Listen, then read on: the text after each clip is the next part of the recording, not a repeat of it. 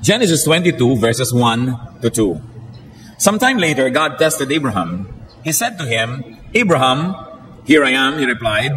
Then God said, take your son, your only son Isaac, whom you love, and go to the region of Moriah.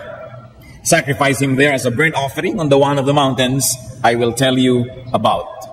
Matapos po na si Abraham ay tawagin ng Diyos mula sa kanyang native country, pinaalis mula sa piling ng kanyang kamag-anak, pinapunta sa isang lupain na siya ay naging banyaga at dayuhan, at matapos na pangakuan na magkakaroon ng anak, at matapos ang pagkatagal-tagal na panahon bago nagkaroon, ngayon ay hinihingi ng Diyos na ang anak na ito ay ibigay sa kanya bilang isang handog. At pinakadiin-diin pa ng Diyos, your only son. You will notice that Ishmael was conveniently ignored. Samantalang alam naman natin na ipinanganak na si Ismael bago ito. Whom you love, talagang idiniin pa, and sacrifice him there as a burnt offering. Human sacrifice was practiced by neighboring tribes, but this is the only reference to Yahweh as asking for a human sacrifice. Alam niyo po yung maghahandog ka ng isang bata o isang kabataan para sa Diyos o sa kinikilalang Diyos ng anumang lahi noong panahon na yon, kailangang igapos ang taong ito at saksakin ito sa kanyang puso para bawian ang buhay, tumigis ang dugo at susunugin ang laman as a burnt offering. Sometimes we are too used to hearing this story that we are no longer horrified by the concept of a human sacrifice. And probably we are comforted by the fact that it did not push through, it did not happen. But we only know that it didn't happen because we're looking at the story after it happened.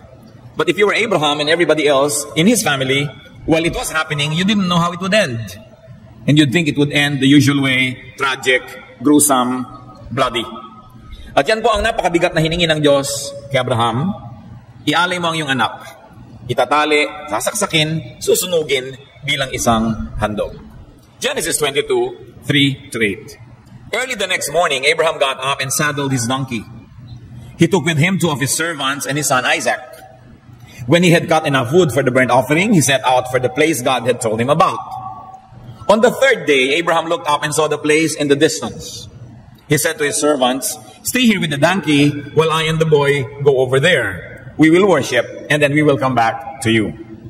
Abraham took the wood for the burnt offering and placed it on his son Isaac, and he himself carried the fire and the knife.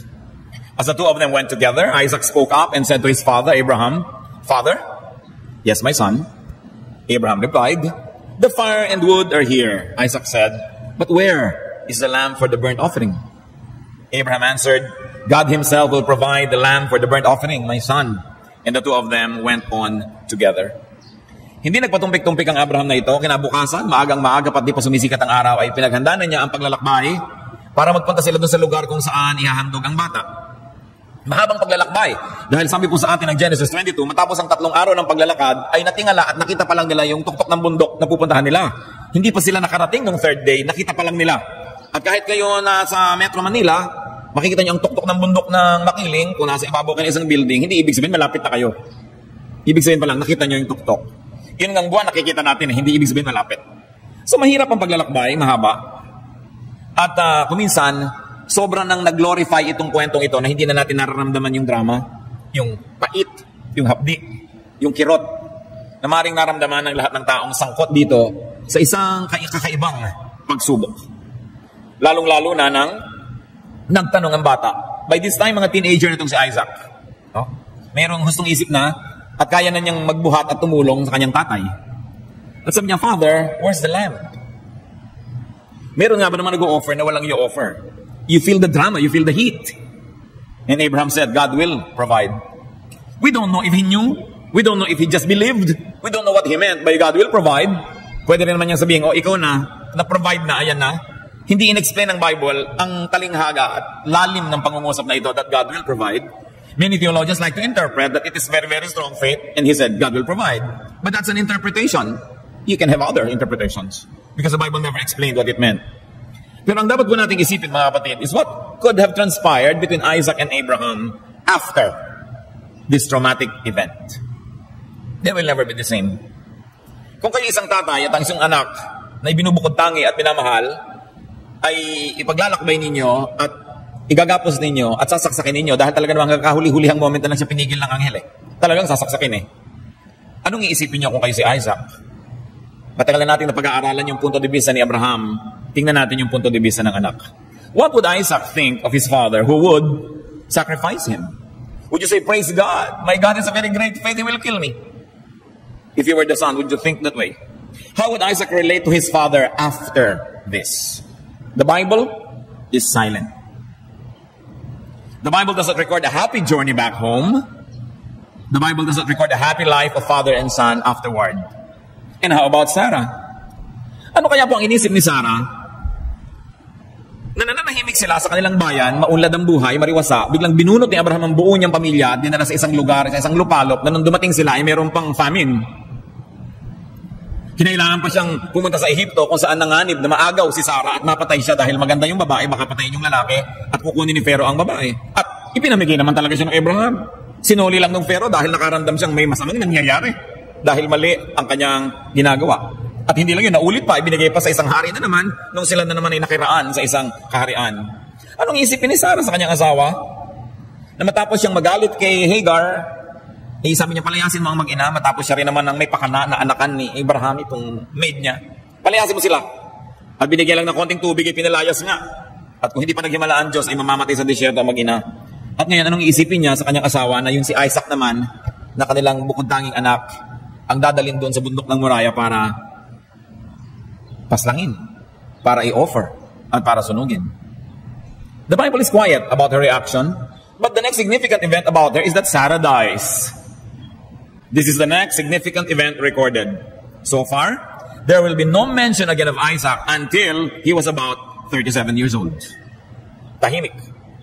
Genesis 24, 1-8. Abraham was now old and well advanced in years, and the Lord had blessed him in every way. He said to the chief servant of his household, the one in charge of all that he had, put your hand under my thigh. I want you to swear by the Lord, the God of heaven and the God of earth, that you will not get a wife for my son from the daughters of the Canaanites, among whom I am living. But you will go to my country and my own relatives to get a wife for my son Isaac. Nung matanda na itong si Abraham at siya ay mamamatay na, ay tinawag niya ang kanyang katiwala at ipinilagay niya yung kamay sa ilalim ng kanyang hita. Ito isang gesture na parang nanunumpa ka. At sabi niya, isumpa mo sa akin na maghahanap ka ng mapapangasawa para sa anak kong si Isaac. Huwag kang kukuha ng babae mula sa bayan na ito. Doon ka sa bayan na pinanggalingan ko kukuha. Kailangan isumpa mo sa akin na yan ang iyong gagawin. Verse 5, the servant asked him, what if the woman is unwilling to come back with me to this land? Shall I take your son back to the country you came from? Make sure that you do not take my son back there. Abraham said, the Lord, the God of heaven, who brought me out of my father's household in my native land, and who spoke to me and promised me an oath, saying, to your offspring I will give this land, he will send his angel before you, so that you can get a wife for my son from there. If the woman is unwilling to come back with you, then you will be released from this oath of mine. Only do not take my son back there. So Abraham was more or less 137 years old, and his son was 37. As he lay dying, Abraham called not Isaac, but a servant. Did you notice? To entrust him the stewardship of his household, not to Isaac, and to give him the task of getting a wife for Isaac, not to Isaac. Read between the lines. Although the Bible is silent, Oriental literature doesn't say everything. Just like the way Orientals talk, you have to listen for the unsaid. Kailangan ikaw ay nakikiramdam, bakit hindi yung anak ang kinakausap? Abraham did not even want Isaac to leave his present home or set foot on the land of their fathers. Did he not trust Isaac?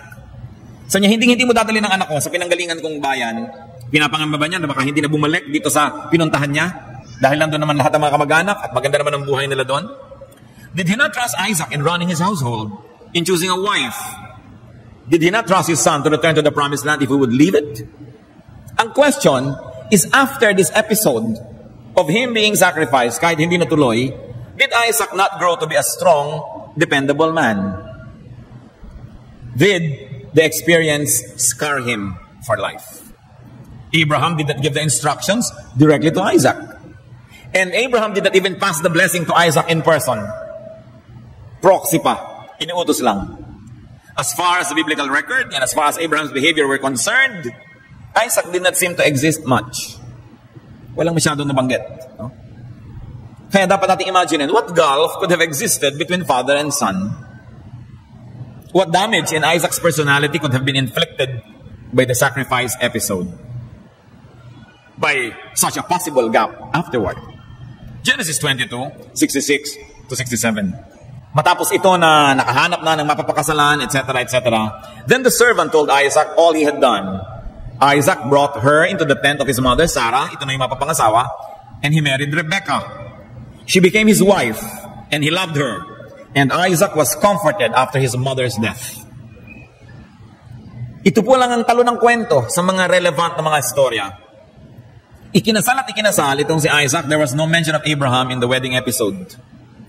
And the Bible clearly points to Isaac's mourning and sorrow over his mother's death. Interestingly, there is no such mention about his feelings when Abraham died. Dutifully, Isaac buried Abraham, Genesis 25:9. His sons Isaac and Ishmael buried him in the cave of Machpelah near Mamre. But that's all. No feelings. Pero noong namatay yung ina, sinabi, indirectly na ipinagluksa dahil nagkaroon daw ng kaunting ginhawa. Dahil nagkaroon ng asawa, kaya na-comfort siya mula sa pagkamatay ng kanyang ina. Though the Bible says Isaac was blessed by God after his father died, and that he became rich too, the Bible was also clear that Isaac was blessed not for his own sake, but for the sake of his father Abraham. Yumaman naman yung Isaac, pinagpala, pero malinaw din pinagdiinan ng Biblia na pinagpala siya hindi dahil sa kanya, kundi dahil sa kanyang ama. Genesis 26:24. That night the Lord appeared to him and said, I am the God of your father Abraham. Do not be afraid. Abay, kung nga ba hindi matakot ipinapa-sacrifice ka, no? Ngayon biglang kinausap siya, di na matatakot ka ang Diyos, baka i-sacrifice na naman ako. So sabi niya, do not be afraid, for I am with you. I will bless you and I will increase the number of your descendants for the sake of my servant Abraham. Obvious ba? Idiniin pa. But God had to reassure Isaac not to be afraid. And that's a very interesting twist in the story. No? Apparently, Isaac would not recover from the damage of his youth. His two most important moments, you will notice, were both spent lying down, afraid. One, he was lying down as a sacrifice on the altar. And two, at the close of his life, he was lying down as a blind, dying man who was being deceived. Dun sa una, he was being sacrificed. Now he was being deceived. He was deprived of his control of his inheritance. Dahil alam natin na dinaya itong si Isaac ng kanyang asawang si Rebekah at ng kanyang anak na Jacob. Inagaw nila yung mana na dapat ay nagpunta doon sa panganay na si Esau, pero inagaw ni Jacob sa pakikipagsabuatan ng kanyang ina. So you see here a man, Isaac, who was going to die in a very unceremonial way. He was not controlling his life. He was not controlling the inheritance he would give away. He was being deceived. And once more, he was lying down. Like the opening of his story that he was lying down on Mount Moriah.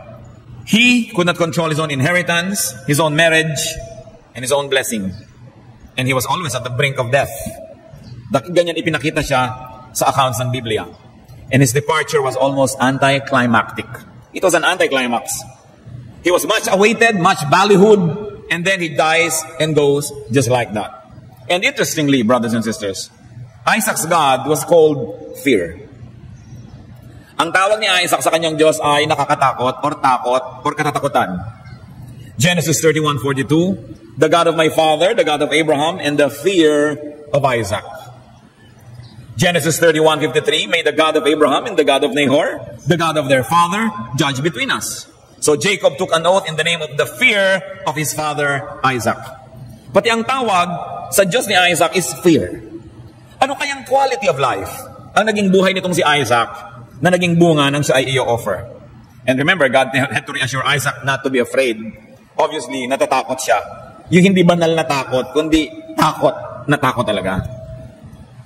Ano po ang kinalaman natin dyan? Bakit natin ito hinahalongkat? What lessons can we learn?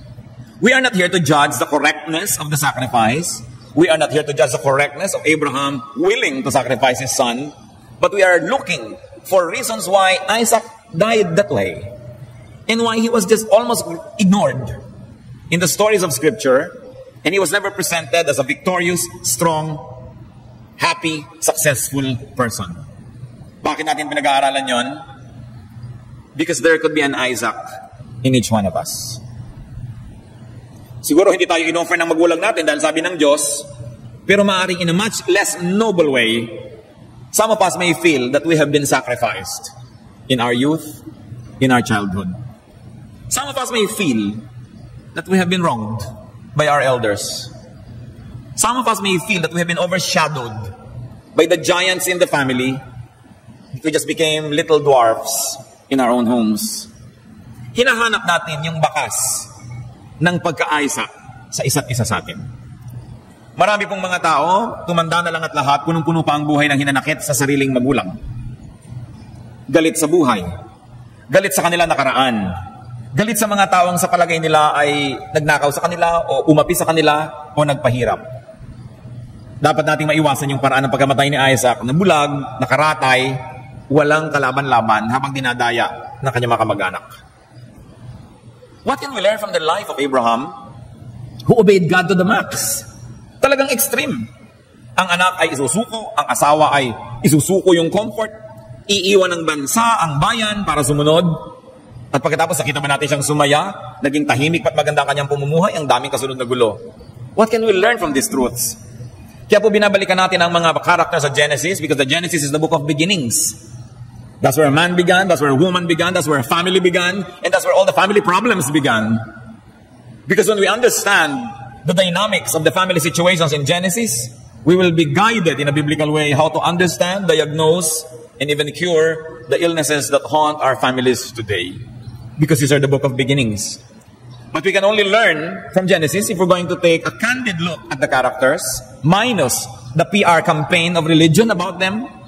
If we're going to look candidly at the interaction that happened between men and the divine, and between men, and the women and the women, and men and women in their lives. What obvious lesson can we learn from the life of Abraham and his son? That religious life can involve heartbreak. Maraming heartbreak na nangyari sa buhay ni Abraham, ni Isaac, dahil sa kanilang religious convictions. And that's a fact.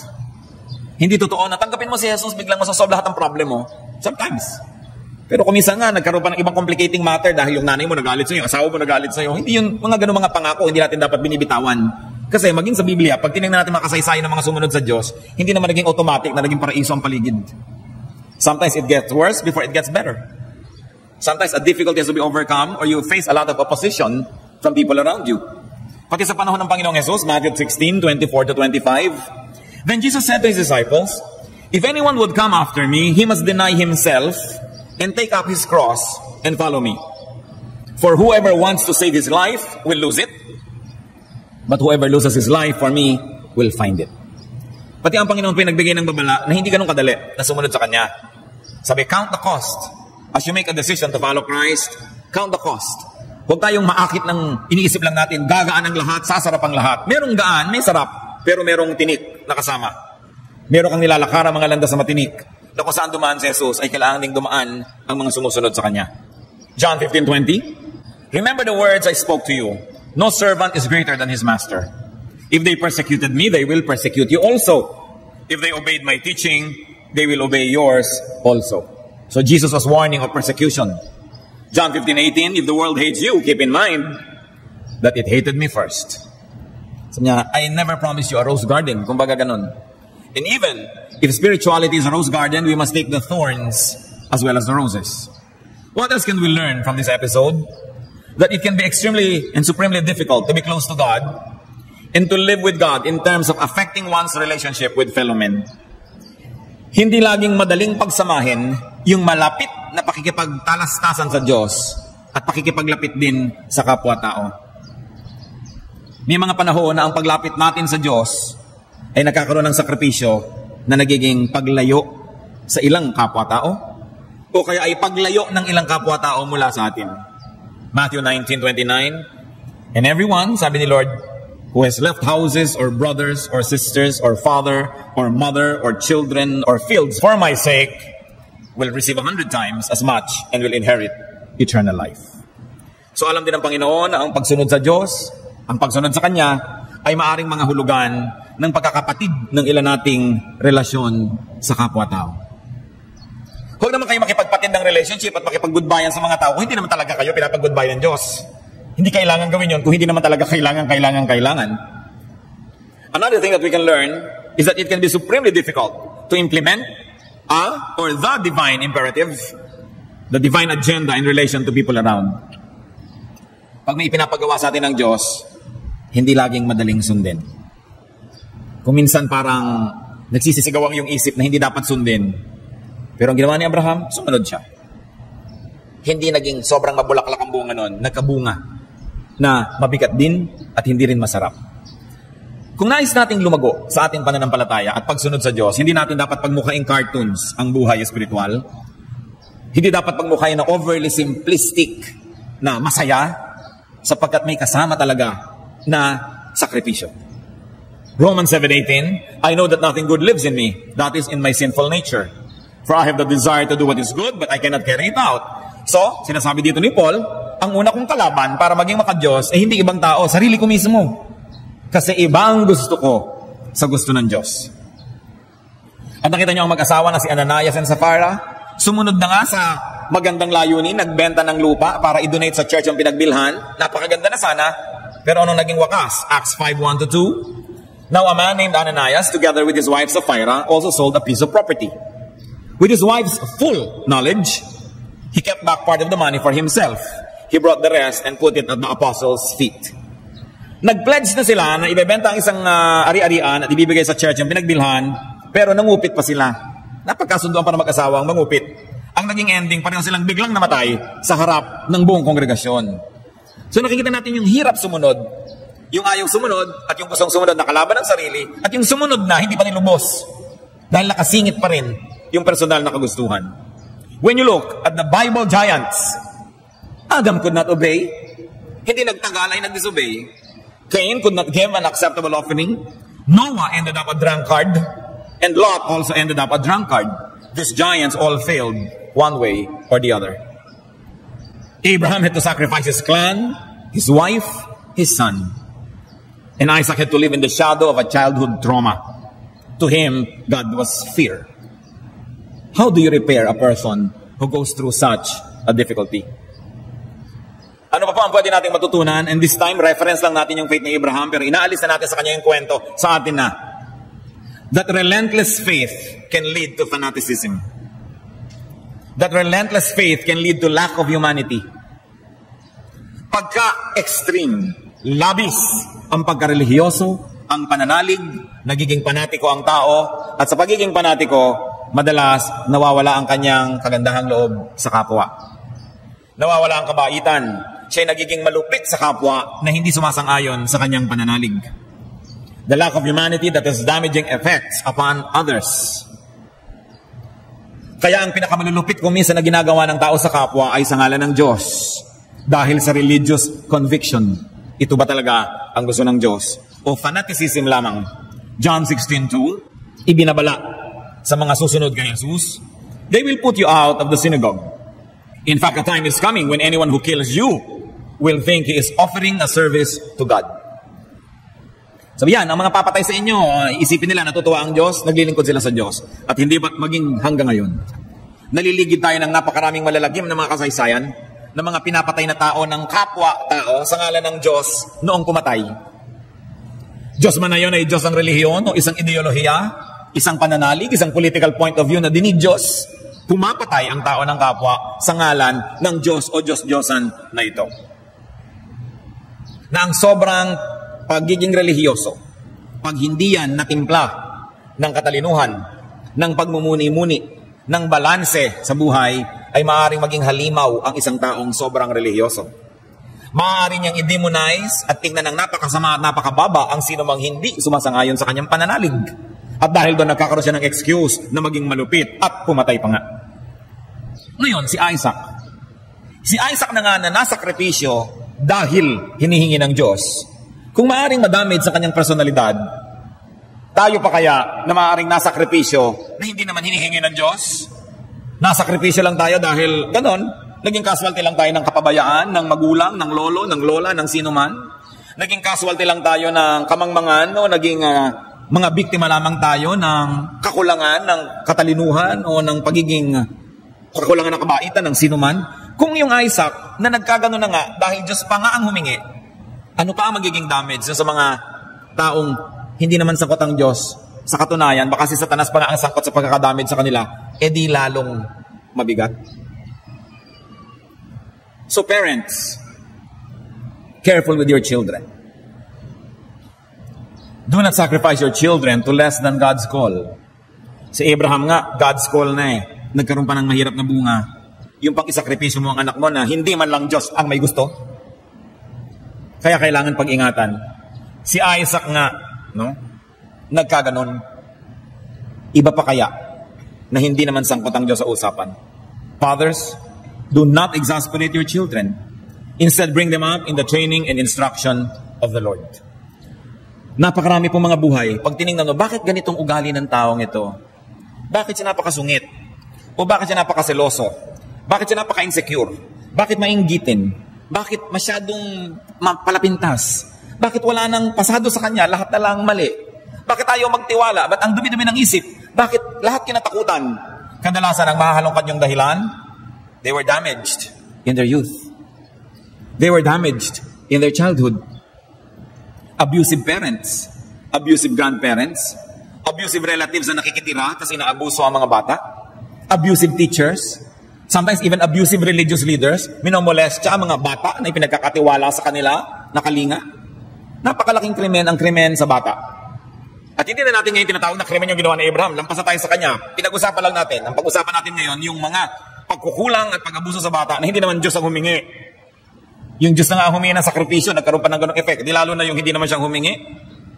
Kaya mga kapatid, ang gulo-gulo ng mundo, kaya ang dami-dami mga tao na extremist ang pag-iisip, hindi nagigilty kahit magpasabog ng mga kuno-ano at pumatay ng marami. Maaaring may mga malalalim na sugat ang puso nila na nalikha nung sila yung mga bata pa. Hindi na pagaling, hindi na paghilom at patuloy na nagbibigay sa kanila ng pait at hapdi. Kaya meron silang kagustuhang gumanti. May mga tao, mga sadista, naging manager, naging supervisor, kutakot-takot na pananadista sa mga empleyado ang ginagawa. Hindi mo malaman kung sinong ginagantihan. Hindi naman yung mga kilala yun nung araw. Pero dahil hindi na isara ang sugat at nakangangapat, dumudugo pa, patuloy na inihahanap ng paghihiganti. Gaano karaming tao ang nakakalampas ng pagiging bata na hindi na damage by verbal abuse, by sexual abuse, by all other forms of abuse. Kaya napakarami mga tao naglalakad sa mundong ibabaw, may dala-dala na mga bombang handang sumabog kahit sa anong saglit. Kaya nagiging napakapapanganib na mamuhay kasama ng napakarami mga tao kasi hindi mo alam kung anong baggage ang dala nito at dala nun dahil sa mga kapabayaan ng magulang. Sa Judges 11, ipinapakita dito ang isang tao na sumumpa sa Diyos dahil binigyan siya ng tagumpay. Sino man ang unang lumabas sa bahay ko na sasalubong sa akin, papatayin ko. Ang unang lumabas yung kaisa-isa niyang anak. Sa inyo, naku anak ko, nanumpa ako sa Diyos, kaya eto, papatayin kita. Ba't ka kasi nanumpa? At kung sakali man na dumating yung panahon na gumawa ka ng isang ganong panata, isang ganong sumpa, at nakikita mong hindi mabuti para sa kapwa, edi, humingi ka ng tawad sa Diyos, bawiin mo, maunaway naman siya. Bakit kasi sira ng tao para sundin mo yung panata mo sa Diyos? Yung Diyos naman, napapakiusapan.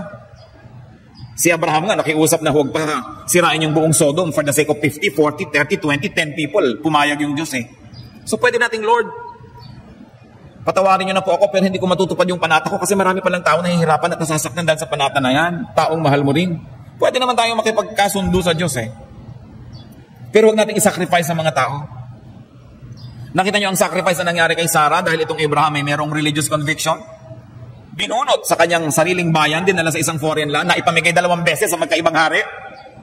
Mga husbands, gaano karami na sa sacrifice ang wives niyo dahil sa inyong mga career moves? O sa kawalan nyo ng karir. Gano'ng karaming beses na sa sacrifice sa ating mga anak, yung mga taong umaasa sa atin dahil sa ating mga pasya, lalong-lalo sa mga maling pasya. Kung talaga mga honest na pagkakamali, edi pag-aralan, humingi ng tawad, ituwid ang buhay. Pero yung ibang mga pagkakamali, paulit-ulit na lang. Mga tatay na naglalasing, umiinom ng alak, anong klaseng fear ang inilalagay nyo sa puso ng inyong mga anak? Na tuwing mandinig kayo paparating, napasuray-suray, o nakakaamoy ng alak, ay meron ng phobia. Gaano karaming mga abuso ang inabot ng mga batang walang kamalay-malay at hindi nila alam na inaabuso na pala sila. Pagtanda lang nila nalalaman yon na napakalalim ng mga sugat. Yung mga inapi-api ng mga mayayamang kamag-anak, inapi-api ng may-ari ng tindahan dahil utang ka ng utang. Nakatanim lahat. Nakaka-apekto sa buhay ng tao. Damaged children, do not do an Isaac. Do an Ishmael. Si Ishmael, yung nakakatanda niyang kapatid na pinalayas, pero he made something of himself. Though Ishmael was rejected and dejected, Sabi sa Genesis 17:20, as for Ishmael, I have heard you. I will surely bless him, sabi ng Diyos. I will make him fruitful and will greatly increase his numbers. He will be the father of 12 rulers, and I will make him into a great nation. Genesis 21:13, I will make the son of the maidservant into a nation also, because he is your offspring. Anak ba kayo ng isang maidservant? Hindi ibig sabihin wala na kayong future. Anak ba kayo out of wedlock? Hindi ibig sabihin segunda klase kayong tao. Wala kayong kinalaman kung ano ang civil status ng mga magulang nyo nung kayo ay nabuo. Hindi nyo dapat dalhin yung baggage na yan buong buhay, at hindi nyo dapat payagan ng mga taong ipasan sa inyo yung bigat na yan buong buhay. So tayo ba ay naging anak ni ganito at naging ganon?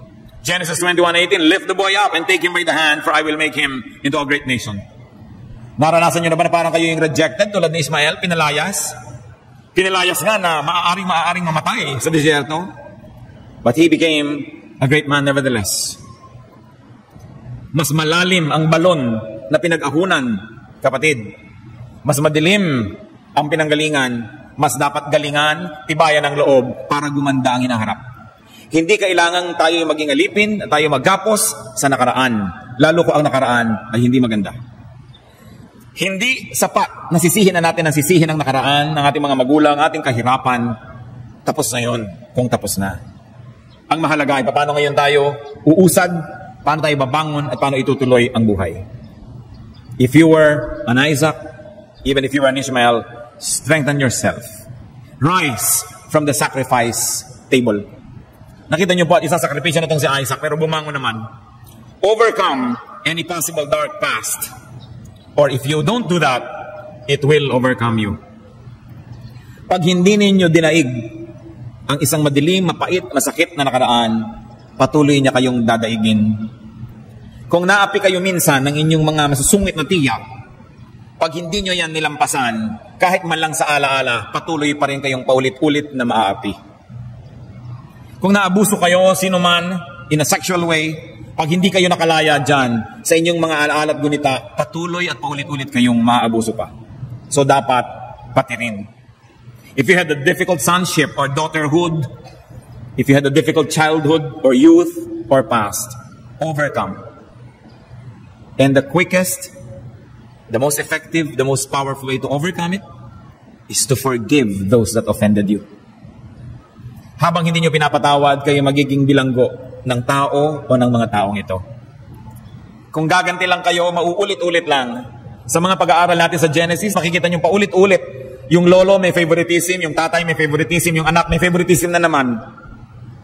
When you look at the dysfunctional families of Genesis, nagdadayaan, nag-aagawan ng mana, nagsusumpaan, nagpapatayan, makikita ninyo na may pinagmulan ng gulo ng mga pamilya ngayon. At bagamat masakit na ungkatin at buklatin pa ito, kailangan nating balikan, gunitain para matutunan natin ang mga leksyon.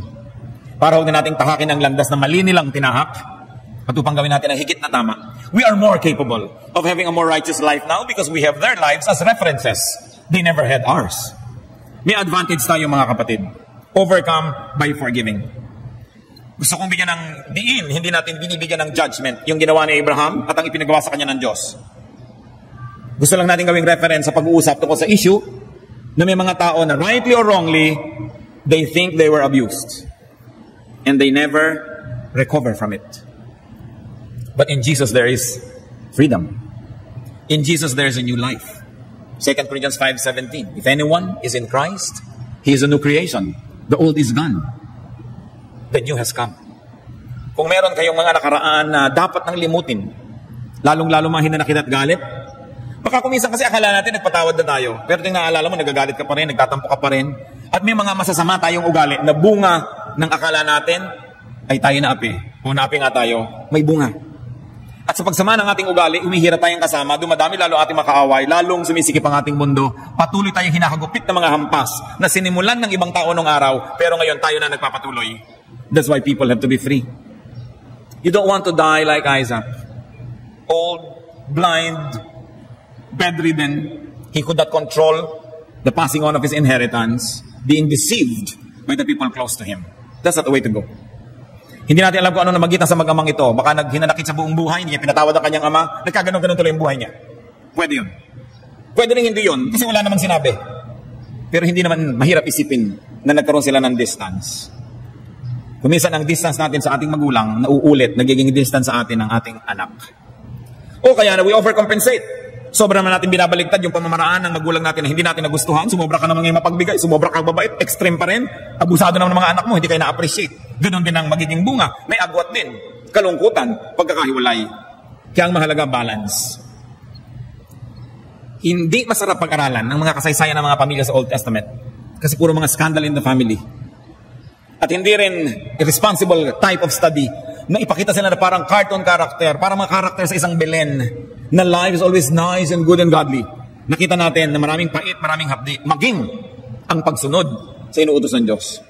But what can we do? That is life. That is reality. Hindi na pwede yung two-dimensional study of biblical characters. Kailangan may 3 dimensions. Depth. Lalagyan natin ng lalim ang kanilang pagkatao sapagkat sila yung mga taong tulad natin. May mga pagkakamali, may tamang ginawa. May mga maganda at may mga hindi maganda. But we have a life ahead of us. And that life ahead of us can be spent in a better way, in a more godly way, in a more fruitful way, if we will know how to deal with the past. That's why we have to look back to Genesis. The beginning of family sorrows and the program and the blueprint of the sorrows of families even today. Diyos namin sa langit, turuan niyo po kami. Bigyan niyo ng kahulugan ang mga salita sa Biblia na inyong sinadyang ipamana sa amin. Turuan mo kaming makita ang dapat makita, huwag magbulag-bulagan sa mga nakasulat. Maproseso ito at maunawaan ko anong kinalaman nito sa aming buhay. Kung na-damage man o hindi, itong si Isaac nang nangyari na magitan sa kanilang mag-ama, marami sa mga tao ngayon, Panginoon, na-damage dahil sa mga namagitan sa kanila at kanilang ama o ina o iba pang mga tao sa kanilang pamilya. Ituro mo sa amin ang higit lalong mabuting daan kung paano ito haharapin.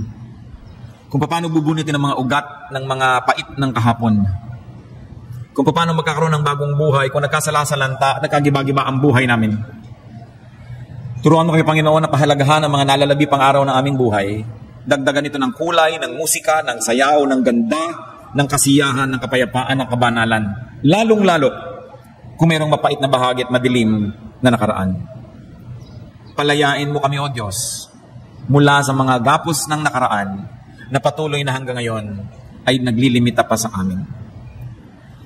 Yumuko tayong lahat, mga kapatid, nais kong manalangin. Narito ang Panginoon na tayo mananalangin sa Kanya.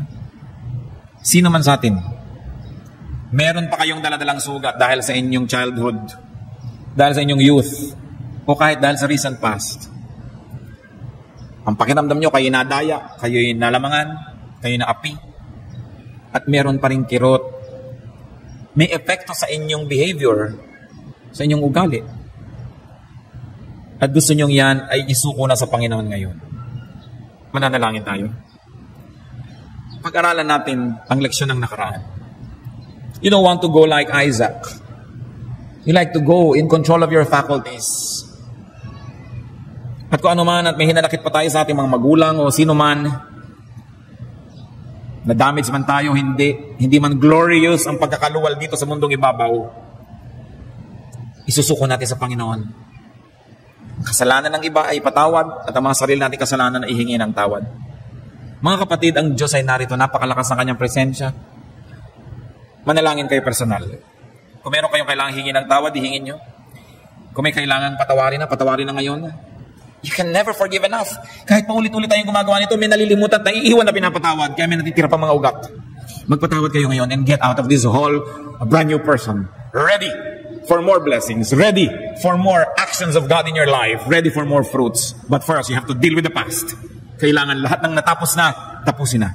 Pray to God. Surrender to the Lord.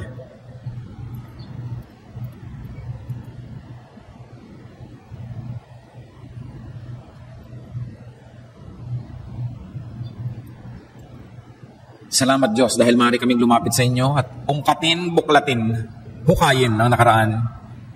Maaring hindi namin makayang hukayin lahat yan ngayon, Panginoon. Maaring limitado ang aming alaala sa sandaling ito. Subalit anuman, ang inaalala ng mga kapatid na tumatayo sa iyong harapan, kinikilalang ito ay nagsisilbing tanikala na hindi tuloy makalaya ng lubos. Panginoon, sa paghingi ng tawad ng iyong mga anak ay igawad mo iyong pagpapatawad. At sa pagtayong ito na nangahulog ang silaman ay nakalaan at handang magpatawad sa mga nagkulang, nagkamali at umabuso sa kanila noon. Dinggin mo ang dalangin ito at pagpalain mo ang mga anak mo ngayon nagpapatawad. Pagpalain mo rin nawa yung mga pinapatawad. Na sila man ay magkaroon ng kaliwanagan at magkaroon din ng pagbabagong loob. Dalangin ko, Ama, sa ngalan ng iyong anak na si Jesus, lagutin niyo po ngayon din ang lahat ng mga tali ng nakaraan na nagpapahirap sa buhay ng iyong mga anak. Mga hinanakit sa magulang, sa mga kamag-anak, kung kanino man. Hindi na makakatulong na patuloy pa itong buhayin ng buhayin, kundi sinusukot sa iyo, Panginoon, upang ilibing. Ilibing mo sa pusod ng dagat. Ilayo mo tulad ng layo ng silangan sa kanluran ang mga madidilim na bahagi ng nakaraan ng iyong mga anak. At pasikatin mo sa iyong mga anak, Panginoon, ang bagong umaga, bagong liwanag na ipinapangako mo sa lahat ng nagsusuko ng buhay sa iyo. Patuloy mong baguhin ang paraan ng pag-iisip. Burahin mo, Panginoon, yung mga nakaprogram na mga negative ways to think because of a negative past. Turuan mo kaming ma-reprogram ang aming pag-iisip. Teach us, Lord, to be changed by the renewing of our minds so that we may dwell on what is good, what is beautiful, what is commendable, what is lovely, what is righteous. At kung sakasakali na mayroong mga bahagi ng nakaraan ng mga anak, Panginoon, na hindi naging maganda, ipagkaloob nyo sa ngalan ng Panginoong Jesus na ang mga darating pang panahon ay maging lalong maganda at matakpan ito ang lahat ng mga nakaraang hindi ka nais-nais. We pray that you will bless your people, that the blessings you will give, O Lord, will cover for all the deficiencies of the past. That your blessings will make beautiful color out of the blackness of a part of the past. That you, O God, will more than compensate for what was lacking, but your blessing will overflow, and your children will realize, they will actualize, experience a beautiful, godly life. Ibigay mo, Panginoon, ang mga kailangan ng iyong mga anak. At patuloy na ipaalala mo sa amin kung meron pa mga nalalabi kaming hindi ipinapatawad, hindi isinusuko sa iyo. Bless your people. Kung may mga nakabaradating mga pagpapala, ay padaluyin mo na, O Diyos, sa pagsusuko na yung mga anak. Kasama niyan, hinihiling namin, pagalingin mo rin ang isip, pagalingin mong emosyon, pagalingin mo, O Diyos, ang mga lupang katawan na pinagsisidlan ng napakaraming lason dahil sa mga mapapait na gunita. Nawa, Panginoon, ng isang bagong buhay, ang mga anak mo hindi lang maglalakad kundi sasayaw sa paglalakad. Ang mga anak mo hindi lang magsasalita kundi aawit. At ang mga anak mo hindi lang kakain kundi kakain ng may gana at may saya sapagkat tumatanggap ng pagpapala mo. Enable us, O Lord, to align our hearts, our minds, our spirit to the channels of your blessings so that we may receive them to the fullest. Lahat tayo'y patuloy na dumulog sa Diyos sa diwa ng panalangin. Napakamakapangyarihang presensya ng Diyos ang makapagpapabago sa paraan ng pag-isip ng tao, ang makapagbubura sa mga nakaraan at sa mga masasamang mga bakas nito. O Diyos, patuloy mo kaming pagpalain, kausapin mo ang bawat isa. Speak, O God. Makinig tayo sa mensahe ng Diyos sa bawat isa. Kung tayo yun ang abuso, alam natin ang dapat natin gawin. Hingi ng tawad sa Diyos, ituwid ang ating mga buhay, and restitute. Turuan natin na ang ating Panginoong Diyos ang maghari sa ating buhay. Mapag-isa tayo kasama ang presensya ng Diyos.